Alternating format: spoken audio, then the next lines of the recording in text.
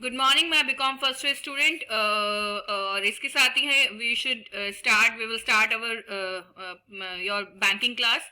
और last class में हम लोगों ने डिस्कस किया कि केवाईसी की रिक्वायरमेंट क्या होती है, केवाईसी क्या होता है, केवाईसी कब कब जरूरी होता है, केवाईसी परचेज करने के लिए हमें क्या करना चाहिए, कैसे करना चाहिए, ये सब हम लोगों ने डिस्कस किया था लास्ट क्लास में।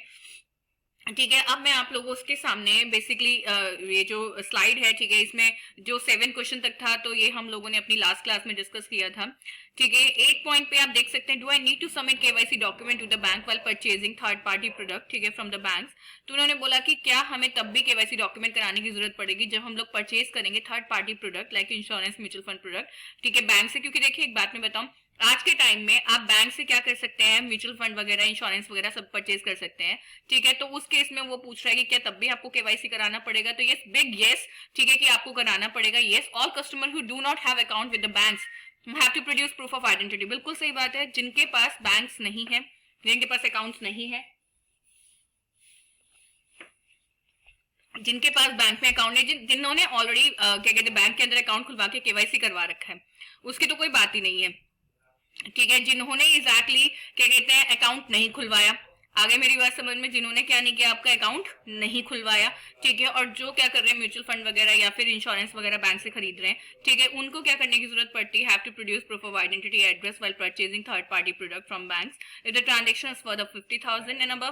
केवाईसी एक्सरसाइज में not be necessary for banks on customer for purchasing third party. बिल्कुल, बस वो तो जो मैंने अभी आपको शुरुआत में बताया कि अगर हमारा बैंक में अकाउंट है तो वी डोंट नीड टू, ठीक है, फुलफिल द आपका all the KYC requirement, because of हमारी तो ऑलरेडी केवाईसी हुई हुई है बैंक में, क्योंकि वी आर तो already account holder in the आपका बैंक। ठीक है, but when we are not the account holder in the bank, ठीक है, तो automatically when we purchase the आपका द ये म्यूचुअल फंड और द इंश्योरेंस, ठीक है, from the bank, तो definitely we have to क्या आपका fulfill all the KYC requirement which is all क्या कहते हैं demanded by the क्या आपका बैंक, ठीक है, for the क्या आपका in the form of क्या आपका KYC। ठीक है, क्लियर हो गया। However, instruction to make payment by debit to customer account or against check for remittance of fund, issue of traveler check, sale of gold, silver, platinum, requirement of quoting PAN number for transaction for rupees 50,000 above would be applicable to purchase of third party product from bank by bank customer, also to walk in क्या आपका customer। अब इन्होंने next बोला, My KYC was completed when I opened the account. Why does my bank insist on doing KYC again? कर सकता है bank, बिल्कुल, bank के पास पूरी पावर होती है कि वो periodically चाहे तो वो केवाईसी मांग सकता है आपसे।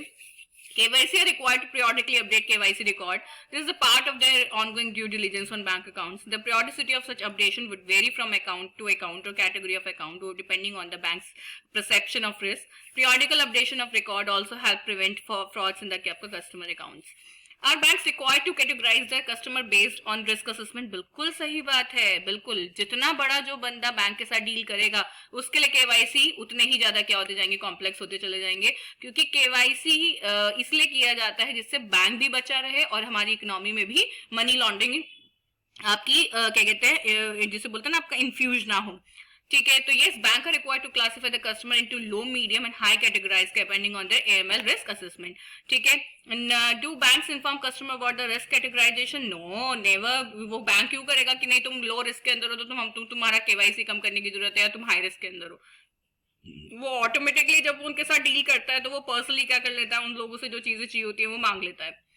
What are the rules regarding periodical updation of the KYC? Different periodicity have been prescribed for updation of KYC record depending on the risk perception of the bank. KYC is required to be done once in the every 2 years for high risk customer, once in every 8 years for medium risk customer, and once in every 10 years for the low risk customer.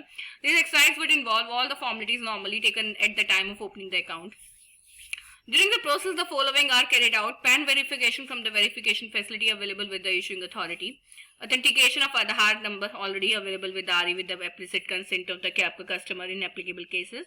In case of identification information available with Aadhaar does not contain current address, ठीक है, an official valid document containing current address may be obtained.